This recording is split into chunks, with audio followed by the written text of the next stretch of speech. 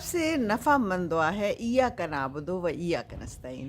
اللہ تعالیٰ نے ہمیں شروع میں ہی بتا دیا ہے کہ اللہ سے ہی مانگنا ہے نا، اسی کی عبادت کرنی ہے، اسی سے مدد مانگنی ہے۔ ہم ادھر ادھر جو دنیا میں دوسرے لوگوں سے مانگتے رہتے ہیں اور دوسروں کے سامنے ہاتھ پھیلاتے ہیں۔ تو یہ دعا کتنی خوبصورت ہے، سورہ فاتحہ یہ دعا ہے نا، قرآن ملا اس کے بدلے ہمیں، اللہ تعالیٰ نے ہمیں قرآن دیا اور قرآن میں دنیا اور آخرت کی ساری باتیں بتائی گئی، ہمیں بتایا کہ ہمیں زندگی کیسے بسر کرنی ہے نا، اور کس طرح ہمیں اپنی زندگی کو چلانا ہے نا۔ یہ بالکل ایسی ہے جیسے کہ ہم لوگ اب ہم کھانا ہمارے سامنے پڑا ہو اور ہم نہ کھائیں، بھوکا رہیں، تو ایسے ہی ہمارے سامنے قرآن ہے لیکن ہم اس کو پڑھتے نہیں ہیں، ہم بھوکے رہتے ہیں، ہم دنیا کے باقی سارے کام کر لیتے ہیں نا، سب کچھ کر رہے ہیں لیکن ہم قرآن کو اتنا سا بھی ٹائم نہیں دیتے۔ نہیں، بہت سے لوگ ہیں جو دیتے بھی ہیں، صبح پڑھتے ہیں، شام کو پڑھتے ہیں، لیکن اب دیکھیے قرآن اور حدیث کا علم موجود ہے، اب اس کو نہ سیکھنا تو اپنے اوپر ظلم ہے نا۔ اللہ تعالیٰ نے ہمیں یہ دیا ہے اور ہمیں چاہیے کہ ہم اس کو سیکھیں۔ جب ہم اس کو سیکھیں گے تو ہی ہم ایک اچھے انسان بن سکیں گے۔ دنیا میں جتنے مسئلے مسائل ہیں نا، جتنے مسئلے مسائل، اس کا بس وجہ یہی ہے کہ ہم نے قرآن سے دوری اختیار کر لی ہے، ہم کبھی قریب آئے ہی نہیں ہیں، دوری کیا اختیار کر لی ہے نا۔ اللہ تعالیٰ جو ہے نا اپنی شان کے مطابق دیتا ہے، بندہ تو اپنی حیثیت کے مطابق کام کرتا ہے۔ جتنا آپ کر سکتے ہیں، آپ کوئی اچھا کام کر لیں، قرآن کو سمجھ لیں، کوئی دوسرے کو سمجھا دیں، ہے نا، اچھا کام تو ہم کر سکتے ہیں کسی بھی طریقے سے، زبان دی ہے تو ہم آگے پہنچا دیں، ہے نا۔ تو یہ ایمان اور عقائد بھی ضروری ہیں، اور اخلاقیات اور معاملات کتنے ضروری ہیں۔ ہم معاملات کو کس طرح چلا رہے ہیں؟ ہم معاملات کو بہت برے طریقے سے چلا رہے ہیں، عہد و پیمان کر لیتے ہیں، ہم جھوٹے وعدے کر لیتے ہیں، ہم جھوٹ بول لیتے ہیں، کوئی بات نہیں ہے نا، تو کیا یہ ہم مسلمان ہیں؟ کیا ہمارا دین مکمل ہو جاتا ہے جھوٹ بولنے سے؟ ایک تو ہمیں چاہیے کہ ہم اچھے کام کریں اور دوسری طرف ہم غلط کام چھوڑ دیں۔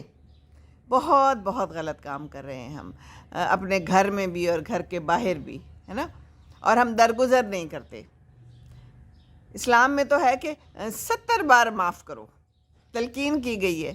جو آپ کے لیے کام کرتے ہیں، جو آپ کے خادم ہیں، تو رشتوں میں بھی معاف کرنا سیکھیں۔ بیٹی ہے، شوہر ہے، بہو ہے نا، بیوی ہے، بس معاف کرنا سیکھیں۔ معاف معاف معاف، پچھتاوا نہیں ہوگا، ہے نا۔ ہم پچھتاووں میں بھی زندگی گزار دیتے ہیں۔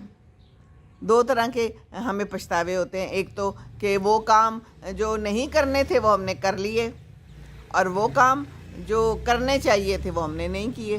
تو اچھے کام کریں، ہے نا۔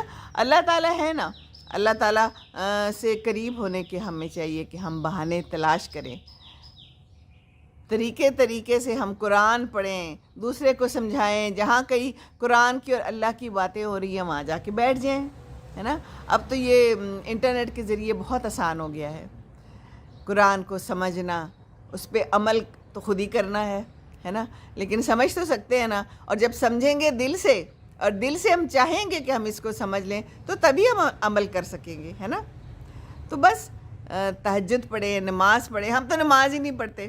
امپورٹنٹ بات جو ہے سب سے بڑی کہ ہم نماز ہی نہیں پڑھتے، نہ ہم بچوں کو کہتے ہیں۔ میں نے ایسے بھی لوگ دیکھے ہیں جو بچوں کو نہیں کہتے، خود ہی پڑھاتے ہیں۔ یہ مجھے بہت ہی عجیب لگتا ہے اور بہت ہی افسوس ہوتا ہے مجھے ایسے لوگوں پہ۔ کل میں نے کئی ویڈیو دیکھی، تو ٹرکی کی ایک ویڈیو تھی، مسجد تھی، اور اس میں بچے کھیل رہے ہیں، کود رہے ہیں، بیلون سے کھیل رہے ہیں، انہیں کوئی کچھ نہیں کہہ رہا، کیونکہ ماں باپ جو ہیں تو وہ چاہتے ہیں کہ یہ نماز پڑھیں، تو ان کو مسجد لے آئے ہوئے ہیں باپ اپنے ساتھ، اور ان پہ کوئی پابندی نہیں ہے۔ ہمارے ہاں تو کہتے ہیں نا بچوں کو تنگ نہ کرو، مسجد میں یہ نہ کرے، تو بچوں کو لے کے جائیں اور بچوں پہ پابندی نہ لگائیں۔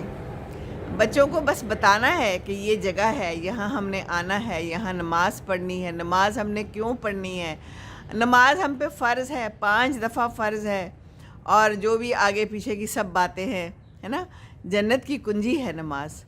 میں نے اپنے پوتوں کو اس نے بتایا، تو اسے پتا تھا نماز جنت کی کنجی ہے، تو میں نے کہا جنت کی کنجی کیا ہوتا ہے، تو اس کو کنجی نہیں پتا تھی، پھر میں نے اس کو بتایا کہ کنجی کا مطلب کیا ہے۔